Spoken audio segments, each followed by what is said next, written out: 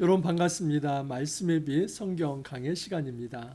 드디어 오늘 역대상 말씀을 마무리합니다.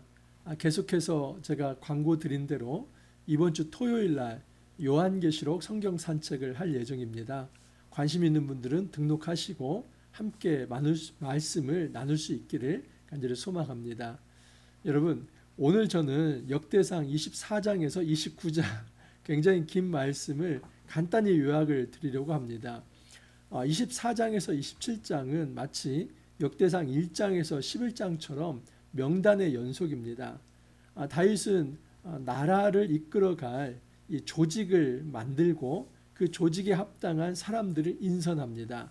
여러분, 이 다윗이 세운 이 조직을 자세히 살펴보면 포로 후기에 이 포로에서 돌아온 백성, 이스라엘 백성이 어떻게 체계를 잡는가 하는 것도 알 수 있습니다. 왜냐하면 지금 역대기 말씀은 포로 후기 백성들에게 준 어떤 말씀이라고 볼 수 있기 때문입니다. 그래서 포로 후기 백성들에게 다윗 왕국을 투영해서 이 포로 후기 백성들이 어떤 백성의 정체성을 가지고 있고 그들이 앞으로 어떻게 살아가야 할까를 보이고자 하는 것이 역대기의 기록 목적이기 때문에 단지 지금 조직과 사람들의 인선, 이것은 어떤 다윗 왕국 때만의 이야기가 아니라 포로 후기에서 돌아온 이스라엘 백성이 이상적으로 지향해야 할 이 하나님 나라의 어떤 왕국의 조직, 그 하나님 나라의 모습, 이 하나님 나라가 무엇을 지향해야 하는지 이 조직을 보면서 한번 좀 생각해 볼 수 있습니다. 간단히 살펴보면 여러분, 24장에서는 제사장 조직이 이루어지죠. 1절 이하를 보면 아론 자손의 계열들이 이러하니라. 아론의 아들들은 나답과 아비우와 엘라살과 이다말이라. 아론의 네 아들이 있습니다. 나답과 아비우와 엘르아살과 이다말. 그런데 여러분, 나답과 아비우는 일찍 죽지요. 레위기 10장에 의하면 나답과 아비우가 다른 부를 이용해서 하나님 앞에 분향하려고 했습니다. 여러분, 하나님 앞에서 준비되지 않은 상태로 이 거룩에 접근하려고 하면 하나님의 거룩은 그들에게 생명을 주는 거룩이 아니라 그들을 불태우는 거룩입니다. 그래서 이 나답과 아비우가 하나님께서 정하시지 않은 다른 불을 이용해서 분향하려고 하자 그 불이 오히려 나답과 아비우를 이제 감싸버립니다. 그래서 태워버립니다. 이것은 하나님의 무서운 진노가 이제 표현된 것입니다. 자, 이쯤 되면 여러분, 아론 계열의 이 제사장 가문, 여기에 대한 하나님의 철퇴를 내린 거나 마찬가지입니다. 그런데 하나님께서는 나답과 아비우가 죽었을 때 엘르아살과 이다말이라고 하는 두 아들을 다시 이제 제사장으로 복무할 수 있도록 은혜를 주십니다. 이것이 하나님의 은혜입니다. 여러분, 아론과 아론 가문, 모세, 이들이 하나님 앞에서 흠없고 점없는 그런 어떤 출중한 100% 완벽했던 사람들이기 때문에 하나님께서 그들을 들어 쓰신 것이 아니라 여전히 그들과 그 가문이 문제가 있었지만 하나님께서 다듬어서 은혜 베푸시고 그들을 제사장으로 삼으셨다 하는 사실입니다. 자, 그 다음에 25장을 보면 25장에는 찬양대의 어떤 조직의 모습이 나옵니다. 1절 이하를 한번 보시면 다윗이 군대 지휘관들과 더불어 아삭과 해만과 여두둔의 자손 중에서 구별하여 섬기게 하되 수군과 비파와 재금을 잡아 신령한 노래를 하게 하였으니 그 직무대로 일하는 자의 수요는 이러하니라. 여러분, 지금 다윗 왕국에 있어서 조직을 하는데 제사장 조직이 가장 먼저 나왔습니다. 그리고 나오는 것이 바로 찬양대 조직입니다. 제사장 조직이 중요한 이유는 하나님 앞에서 제사를 집리하는 존재이기 때문입니다. 여러분, 제사는 하나님 앞에 예배하는 일이죠. 이 예배가 무엇보다도 가장 중요한 일입니다. 예배는 여러분, 하나님께서 인간을 창조한 창조의 목적이기도 합니다. 하나님께서 예배받기 위해서, 하나님께서 모든 사람들로부터 영광받기 위해서, 경배받기 위해서 인생을 하나님께서 창조하셨습니다. 그러므로 창조된 모든 피조물은 하나님 앞에 예배자가 되어야만 합니다. 이런 차원에서 제사장 조직이 참 중요했습니다. 자, 그런데 이 예배의 핵심이 바로 찬양이라고 하는 것. 이전에도 말씀을 드렸지만 이 찬양은 자족과 감사에서 나옵니다. 그리고 자족과 감사는 은혜에 대한 체험입니다. 하나님의 은혜를 체험하고 그것에 대한 자족과 감사가 이제 글과 또는 말과 또는 이제 노래로 표현된 것이 찬양이라고 볼 수 있습니다. 그래서 여러분 시편 자체가 사실은 시, 찬양 시이지만 거기에 곡절을 붙이면 그 자체가 다 찬양이 되는 것이지요. 예배의 본질은 하나님을 높이는 겁니다. 그런데 하나님의 은혜에 대한 체험이 없으면 찬양은 일어나지 않습니다. 여러분 경건한 자, 영성이 있는 자라고 하는 것은 다른 거 아닙니다. 날마다 매 순간에서 정말 사소한 일이지만 일 가운데 하나님께서 동행하신다는 것을 섬세하게 느끼며 그 하나님의 은혜를 체험하면서 자족하고 감사하는 것, 그리고 그 감사를 말과 글과 노래로 표현하는 것, 이 찬양의 삶을 사는 것이 진정한 경건한 삶이다라고 볼 수 있습니다. 자, 26장을 보면 26장에서는 이제 성전 문지기들에 대한 조직이 나옵니다. 여러분 성전 문지기의 핵심은 뭐냐면 하나님의 거룩을 보호하는 존재들입니다.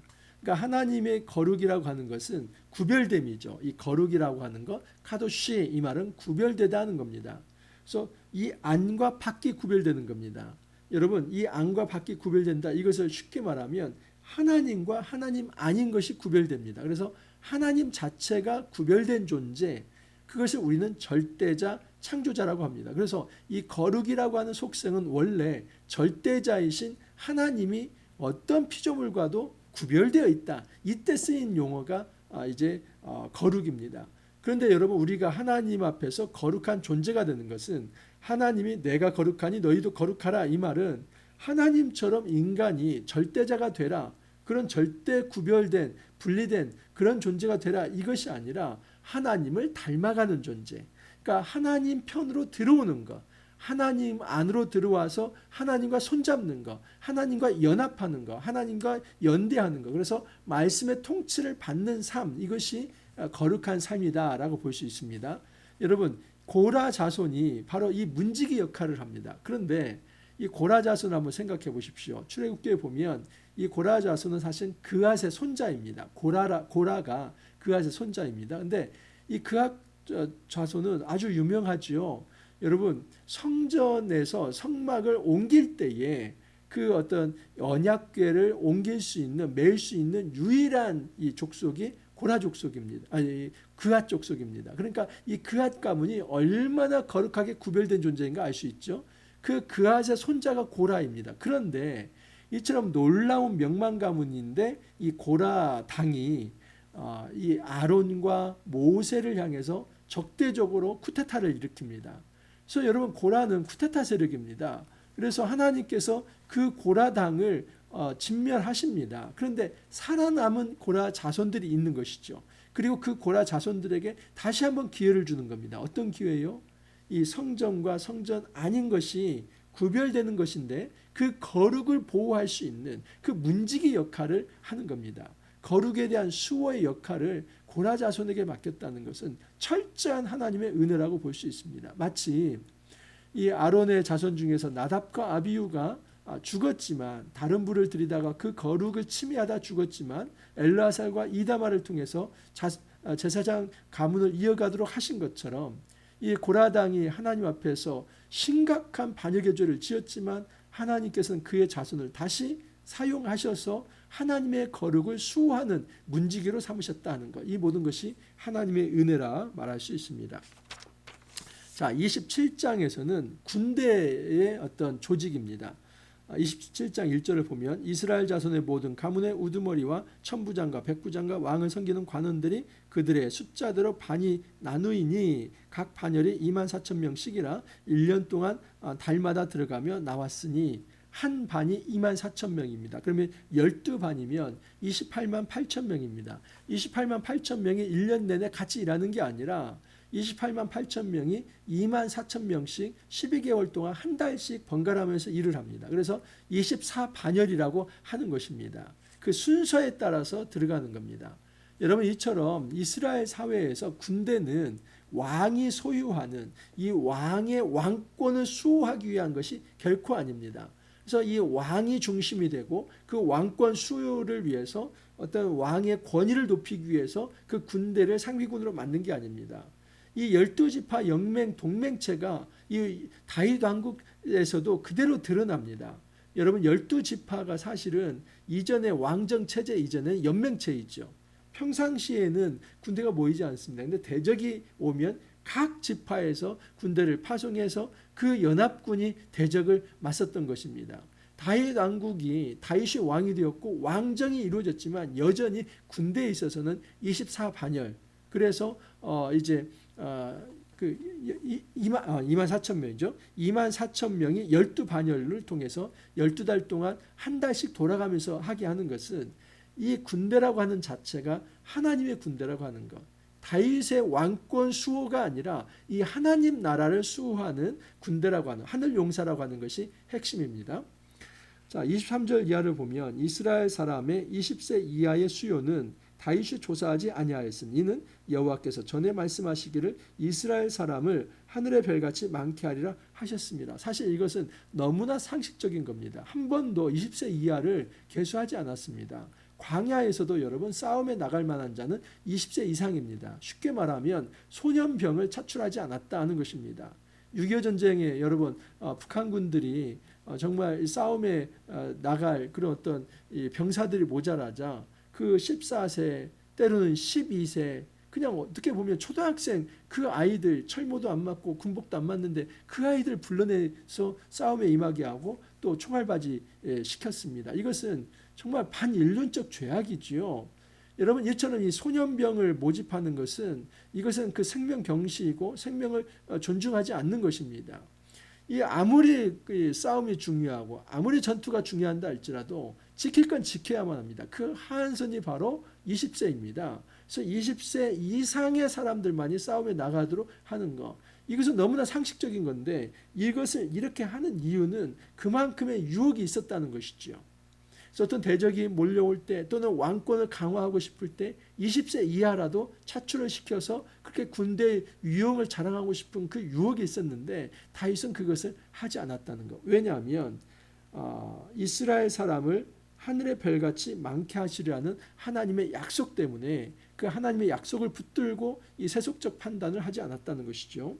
또한 뒤에 보면 또 하나 이런 예가 나옵니다. 스루야의 아들 요압이 조사하기를 시작하고 끝내지도 못해서 그 일로 말미암아 진노가 이스라엘에게 임한지라 그 수요를 다윗을 향해 역대지략에 기록하지 아니하였더라. 여기 보면 요압이 조사하기를 시작하고 끝내지도 못했다. 이게 다윗의 인구조사를 말하는 것이죠. 그만큼 다윗의 말년의 인구조사는 세속적이며 비신앙적이며 실패한 것이다 하는 것을 말합니다. 왜냐하면 하나님을 의지하지 않았기 때문입니다.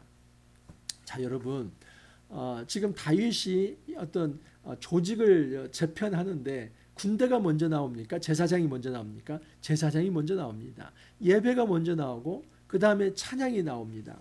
그리고 문지기가 나오고 그리고 군대가 나옵니다.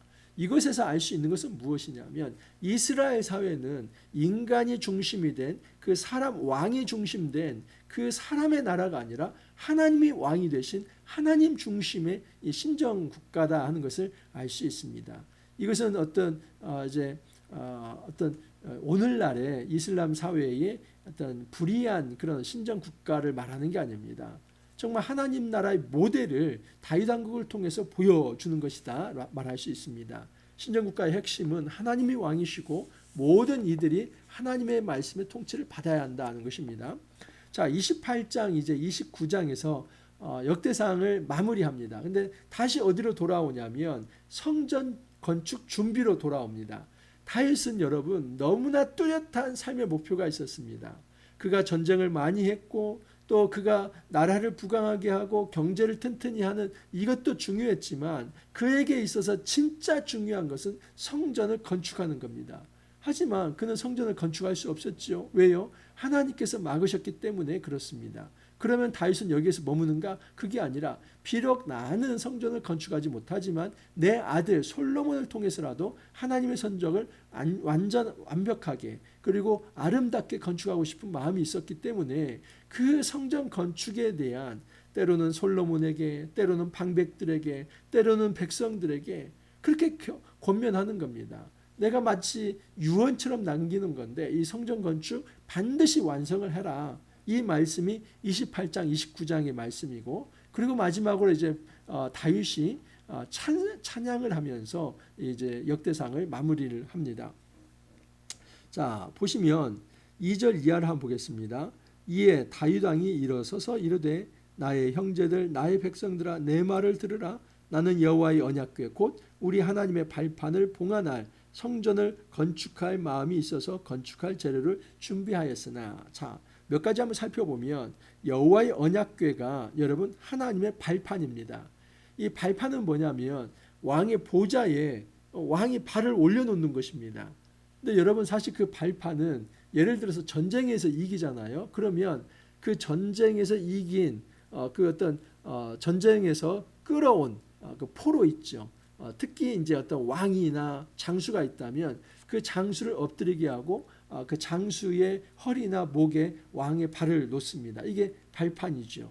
그만큼 여러분 발판은 하나님의 승리의 사건이고 하나님의 임재의 사건이며 하나님께서 승리하신 하나님으로서 임재한다면 그 땅에 온전한 샬롬, 온전한 평화가 임한다는 것입니다. 근데 여러분 성전에서 언약궤가 하나님의 발판이라고 한다면 하나님의 존재는 그 성전에 가두어져 있는 것이 아니라 성전은 그냥 발판 역할밖에 못하는 겁니다. 무엇을 얘기하는 겁니까? 너희들이 지은 이 솔로몬 성전 앞으로 휘황찬란하게 호화스럽게 지을 너희들이 보기에는 대단하지만 하나님은 온 우주보다도 크신 그 하나님은 하나님의 발 하나 놓는 정도의 그런 어떤 작은 곳이 될 것이다. 발도 아니죠. 여러분 이것은 하나님의 임재의 상징이지 결코 이제 하나님의 자유로우심 또 하나님의 거룩하심 하나님의 절대자 하나님의 어떤 생명과 평화의 온전한 선하심 이 모든 것을 그 건물의 성전 안에 가둘 수 없다는 것을 의미합니다. 지금 이 언약궤가 이 땅의 언약궤가 땅의 성전이 하나님의 발판이라고 하는 것은 하나님은 우주보다도 더 크시고 하나님은 절대 자유하신 분으로서 어떤 판단이든 인간의 생각에 예속되지 않고 하나님께서 정하셔서 어디로든 가실 수 있다는 그런 사상이 바로 성전은 하나님의 발판이다 하는 것입니다. 그러므로 성전을 지어놓고 그 성전을 오히려 우상화하면서 사람이 어떤 정치의 어떤 통치의 수단으로 성전을 이제 어떤 바뀌어 버린다면 전락시킨다면 오히려 그 성전에 계신 하나님의 영광이 떠나고 그 하나님께서 그 성전을 무너뜨릴 것이며 하나님께서는 그 백성들을 심판하실 것입니다. 자, 하나님께서 또 이렇게 말씀을 합니다. 내 아들 솔로몬 그가 내 성전을 건축하고 내 여럿들을 만들리니 이는 내가 그를 택하여 내 아들로 삼고 나는 그의 아버지가 될 것임이라. 제가 다 읽어드리지는 않습니다. 왜냐하면 많기 때문에 그렇습니다. 다윗이 이런 얘기를 하죠. 내가 이처럼 하나님의 발판이 될 만한 이 성전을 건축하려고 했지만 하나님께서 내게 말한 바가 있다. 너는 피를 많이 흘렸기 때문에 이 성전을 건축할 수 없다. 이거 역시도 제가 전에 말씀을 드렸습니다. 다윗이 부정해서가 아니라 다윗은 하나님의 승리를 상징하는 존재입니다. 그런데 성전은 승리만을 상징하지 않습니다. 승리 이후에 여러분 평화가 더 중요합니다. 그런데 승리라고 하는 것은 처절한 피 흘림의 전투와 싸움이 있는 것입니다.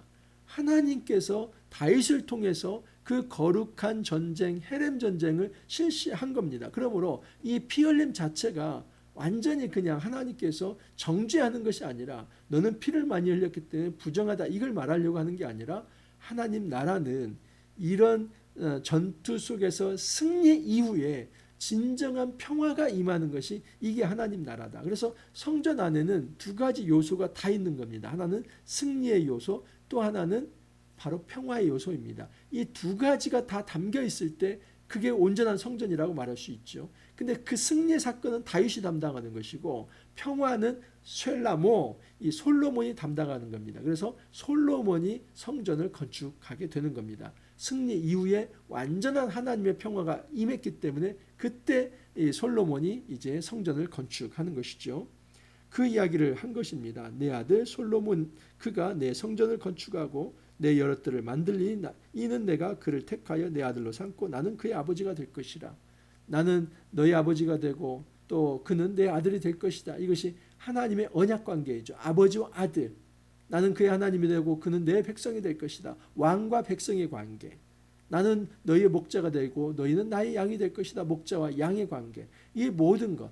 하나님께서 신랑이 되시고 우리는 그의 신부가 되는 것. 이 모든 것은 여러분 관계입니다. 언약 관계. 하나님께서 지금 솔로몬의 이 성전 건축을 받으시되 하나님께서 하나님 나라를 만드시고 언약을 세우시며 그 언약의 나라를 하나님의 주권 속에서 그가 영원히 하게 하실 것이다. 그 말씀을 하는 것입니다. 솔로몬에게 이렇게 권면합니다. 내 아들 솔로몬아, 너는 내 아버지의 하나님을 알고 온전한 마음과 기쁜 뜻으로 섬길지어다. 여호와께서는 모든 마음을 감찰하사 모든 의도를 아시나니 내가 만일 그를 찾으면 만날 것이요 만일 내가 그를 버리면 그가 너를 영원히 버리시리라. 그런즉 이제 너는 상발지어다. 여호와께서 너를 택하여 성전의 건물을 건축하게 하셨으니 힘써 행할지니라 하니라. 여러분, 저는 이 아버지가 아들을 향한 마음, 이 절절함이 저는 느껴집니다. 저도 아비입니다. 저도 세 자녀가 있습니다. 세 자녀를 둔 아비로서 자녀들에게 해주고 싶은 말이 있지 않겠습니까? 그렇기 때문에 아버지가 자녀들에게 뭔가 절절하게 하고 싶은 말이 있다면 그 진짜입니다. 그런데 이 다윗이 솔로몬에게 그렇게 절절하게 하고 싶은 말, 하나님 떠나지 말라. 네가 하나님을 제대로 섬긴다면 하나님께서 너에게 복을 주실 것이다. 너에게 맡겨진 그 성전 건축의 사명을 반드시 완성하라. 그렇다면 하나님께서 너를 붙드시고 복을 주실 것이다. 하나님께서 그 말씀을 하는 겁니다. 너는 내 아버지의 하나님을 알고 온전한 마음과 기쁨 뜻으로 섬길지어다. 여호와께서는 모든 마음을 감찰하사 모든 의도를 아시나니 내가 만일 그를 찾으면 만날 것이요 만일 내가 그를 버리면 그가 너를 영원히 버리리라. 네가 하나님을 찾는다면 하나님 그를 만날 것이지만 네가 하나님을 버린다면 너도 영원히 버림을 받을 것이다 말씀을 합니다. 자, 28장 11절 이하에서 이제 다시 한번 다윗이 어떻게 성전 건축을 준비했는지 나열을 합니다. 그러면서 21절 이하에 보면 20절 중반부터 보겠습니다. 내가 여호와의 성전 공사의 모든 일을 마치기까지 여호와의 하나님 나의 하나님이 너와 함께 계시사 내게서 떠나지 아니하시고 너를 버리지 아니하시리라. 제사장과 레위 사람의 반이 있으니 하나님의 성전의 모든 공사를 도울 것이요 또 모든 공사에 유능한 기술자가 기쁜 마음으로 너와 함께 할 것이요 또 모든 지휘관과 백성이 온전히 내 명령 아래 있으리라. 다윗이 그의 솔로몬을 아들을 권면하기 위해서 하나님이 너와 함께 할 것이다. 이 성전이 완성될 때까지 걱정하지 마라. 하나님과 함께 하실 것이며 또한 이 백성들과 반백들과 많은 기술자들과 모든 자원들이 내게 있다. 너와 함께 할 것이다. 그러니까 두려워하지 말고 너는 이제 과감하게 시도하라는 겁니다.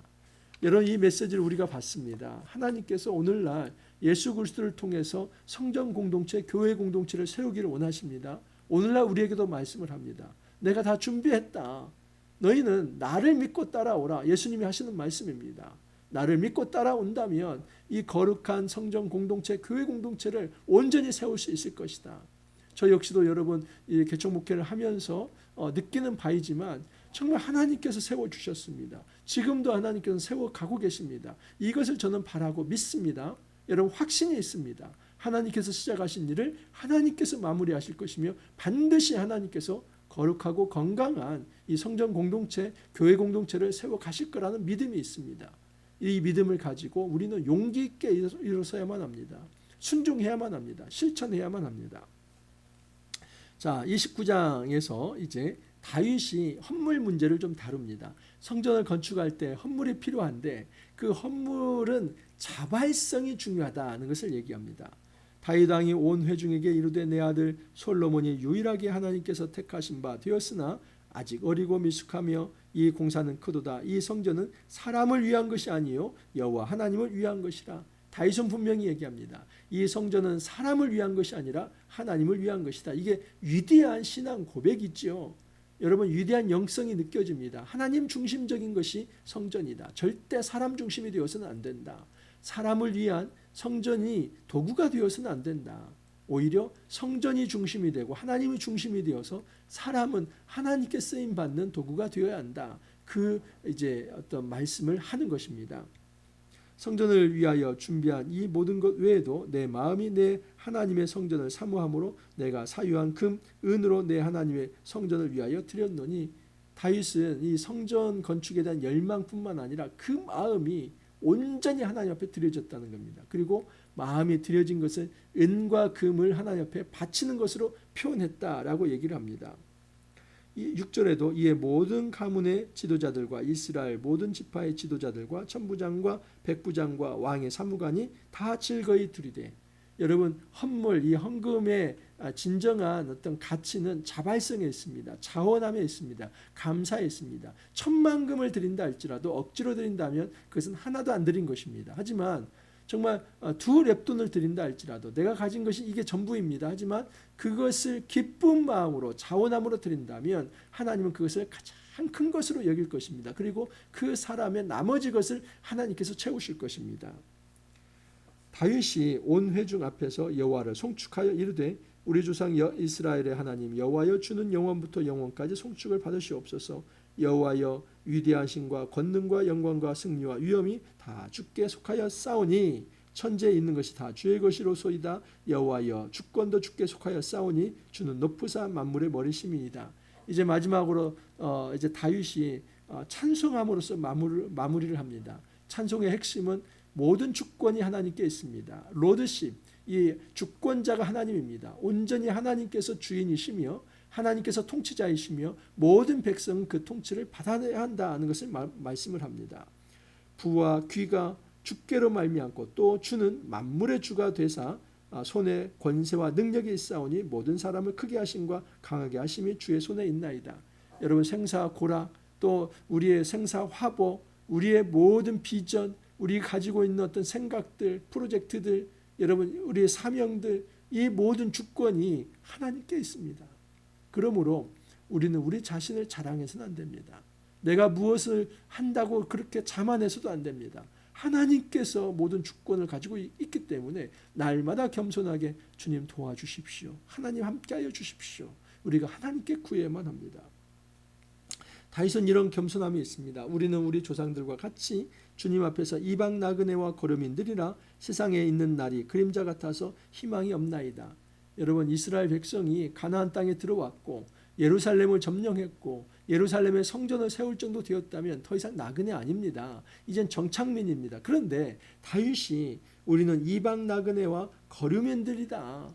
이 게르다. 여전히 우리는 땅이 없는 자와 같다. 이 말은 과장법이죠. 분명히 이 다윗과 그의 이스라엘 백성은 가나안 땅에서 정착하며 살지만 겸손함을 갖는 것입니다. 우리가 여기에 정착해 살지만 광야 백성처럼 하나님 앞에서 우리가 엎드려야 할 존재이고 하늘만 바라봐야 할 존재이고 하나님을 바라볼 때 광야에서 만나를 주시며 그의 백성을 채우시듯이 그 하나님의 은혜로 살아갈 존재가 바로 우리다 하는 것을 이야기를 하는 것입니다. 자, 그러면서 19절에 보면 또 내 아들 솔로몬에게 정성된 마음을 주사 주의 계명과 권명과 율례를 지켜 이 모든 일을 행하게 하시고 내가 위하여 준비한 것으로 성전을 건축하게 하옵소서.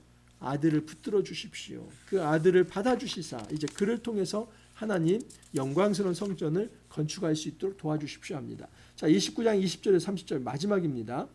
솔로몬이 이제 즉위를 하는 상황입니다. 다윗이 온 회중에게 이르되 너희는 너희 하나님 여호와를 송축하라 하매 회중이 그의 조상들의 하나님 여호와를 송축하고 머리를 숙여 여호와 왕에게 절하고 이튿날 여호와께 제사를 드리고 또 여호와께 번제를 드리니 그 번제 수가 숫송아지 1,000, 순양 1,000, 어린 양 1,000 어마어마한 이 제물을 하나님 앞에 드립니다.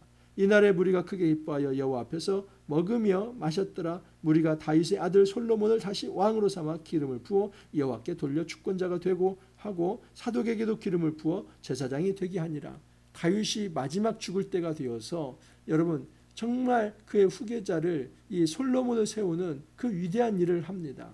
여러분 마지막까지 다윗은 그가 해야 할 소임을 다 하고 있는 것입니다. 그래서 솔로몬의 권위를 높이는 것은 솔로몬 한 개인을 높이는 것이 아니라 하나님 나라가 연속적으로 이어간다. 이게 여러분 다윗 언약의 핵심 아닙니까? 너는 다윗 이제 성전을 지을 수 없지만 내 아들을 내가 입양해서 그가 내 아들이 될 것이고 그는 나를 위해서 성전을 지을 것이며 나는 그의 왕권을 영원하게 할 것이다. 이것이 다윗 언약의 핵심 아닙니까? 그래서 그 언약에 따라서 솔로몬을 왕으로 세우고 그의 권위를 높인 겁니다. 이것은 사람 솔로몬을 높인 것이 아니라 하나님 나라 권세를 높이는 것이며 또한 사독 계열의 대제사장을 세웁니다. 이후로는 여러분 모든 대제사장은 이제 사독 가문에서만 나오게 됩니다. 여호와께서 솔로몬을 모든 이스라엘 목전에 심히 크게 하시고 또 왕의 위엄을 그에게 주사 그전 이스라엘 모든 왕보다 뛰어나게 하셨더라. 다윗은 마지막까지 소임을 다하면서 하나님 나라가 연속적으로 발전할 수 있도록 기틀을 마련을 합니다. 이새의 아들이 다윗이 온 이스라엘의 왕이 되어 이제 여기서부터는 요약입니다. 역대상 전체 요약입니다. 이스라엘을 다스린 기간은 40년이라 헤브론에서 7년간 다스렸고 예루살렘에서 33년을 다스렸더라. 다윗이 40년간 통치했는데 헤브론에서 유다 왕으로 7년 그리고 33년은 예루살렘에서 통일왕국의 왕으로 33년 총 40년을 다스렸다는 것입니다. 다윗 왕의 그가 나이 많아 늙도록 부하고 존귀를 누리다가 죽음에 그의 아들 솔로몬이 대신하여 왕이 되니라. 얼마나 행복한 인생입니까? 비록 다윗이 하나님 보시기에 부족함도 있었습니다. 바세바를 범하기도 하고 또 인구조사를 하기도 하고 또 사실 아내들을 많이 둔 것도 그렇게 잘한 것은 아닙니다. 그래서 흠도 없고 점도 없는 존재가 아니라 그도 부족하고 연약하며 실수가 있었지만 하나님은 총체적으로 평가를 할 때 그는 늙도록 부하고 존귀를 누리다가 이제 솔로몬에게 왕권을 이제 넘겨준 아주 성공한 그런 어떤 왕이다 하는 평가를 받습니다. 우리 인생이 다할 때 우리도 하나님 앞에서 이런 좋은 평가 받기를 바랍니다. 우리가 하나님만 온전히 섬겼고 하나님 앞에서 정직했으며 하나님께서 아끼시는 내 마음에 합한 자라는 그런 칭찬을 우리가 받을 수 있기를 바랍니다. 다윗 왕의 행적은 처음부터 끝까지 선견자 사무엘의 글과 선지자 나단의 글과 선견자 갓의 글에 기록되었고 또 그의 왕된 일과 그의 권세와 그와 이스라엘과 온 세상 모든 나라와 지난 날의 역사가 다 기록되어 있느니라. 그래서 이 기록을 바탕으로 역대상이 다시 기술된 것입니다. 역대상은 상상 속에서 쓰여진 것이 아니라 사무엘 상하, 열왕기 상하에 이미 기록들을 바탕으로 이제 해석적 관점에서 포로에서 돌아온 이 유다 백성들이 어떤 정체성을 가지고 어떤 마음을 가지고 살아가야 할지를 기록한 게 이 역대상하, 역대기입니다. 여러분 역대상에서 다윗의 이 성전 건축 준비로 끝납니다. 그만큼 여러분 이 역대기에서 성전 건축이 중요한 비중을 차지하고 있다라고 볼 수 있습니다. 성전이 왜 중요합니까? 성전은 하나님의 발판입니다. 하나님의 임재를 상징하는 것입니다. 이 하나님 나라 핵심은 하나님이 왕으로 임재하는 것이고 그 왕으로 임재할 때 모든 이들이 하나님의 말씀에 통치를 받아야 한다 하는 이 사실입니다. 이것을 가르쳐주기 위해서 너희는 하나님의 백성이며 그 정체성을 가지고 하나님 말씀의 통치를 받아야 할 존재라는 것을 가르치기 위해서 역대기 말씀을 우리에게 주신 것입니다.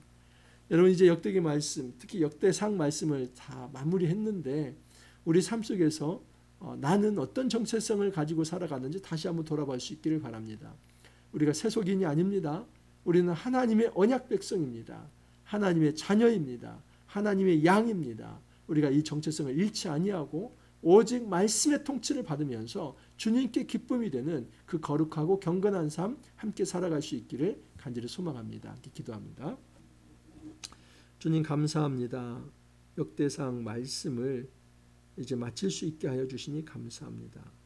역대상 말씀 결코 쉽지 않았습니다. 명단의 연속된 나열을 통해서 이곳에서 어떻게 교훈을 받을 수 있을까 고민도 했습니다. 하지만 하나님께서 정말 역대상 말씀을 묵상하면서 우리가 전혀 예기치 못한 그런 놀라운 은혜들을 저희들에게 허락하여 주셨습니다. 역대상 말씀을 마음속에 잘 기억하면서 이제는 하늘 백성으로 살아갈 수 있도록 은혜 더하여 주옵소서. 우리가 하나님의 언약 백성이라는 정체성을 가지고 날마다 말씀을 묵상하면서 사단과 영적 전투를 하되 승리할 수 있게 하여 주옵소서. 그래서 하나님의 승리의 상징, 평화의 상징, 이 성전이 날마다 우리 삶 가운데 이루어지게 하여 주옵소서. 나 홀로 살아가는 것이 아니라 예수 믿는 자들의 연대를 통해서 이 성장 공동체, 교회 공동체를 아름답게 세워갈 수 있도록 은혜 더하여 주옵소서. 주님 감사하고 예수님 이름으로 기도하옵나이다. 아멘. 드디어 여러분 역대상 말씀 또 끝냈습니다. 저도 뿌듯합니다. 어렵고 힘든 말씀이지만 역대상을 쭉 읽을 수 있다는 것 자체가 감사했고 또 그 안에서 큰 교훈들을 찾을 수 있어서 감사했습니다. 이번 주 토요일 날 여러분 이제 요한계시록 말씀으로 찾아뵙기로 원합니다. 하나님의 은혜를 함께 나눌 수 있기를 바랍니다. 오늘 또 여러분 또 화이팅 하시고 여건이 되시는 분들은 토요일에 다시 뵙도록 하겠습니다. 감사합니다.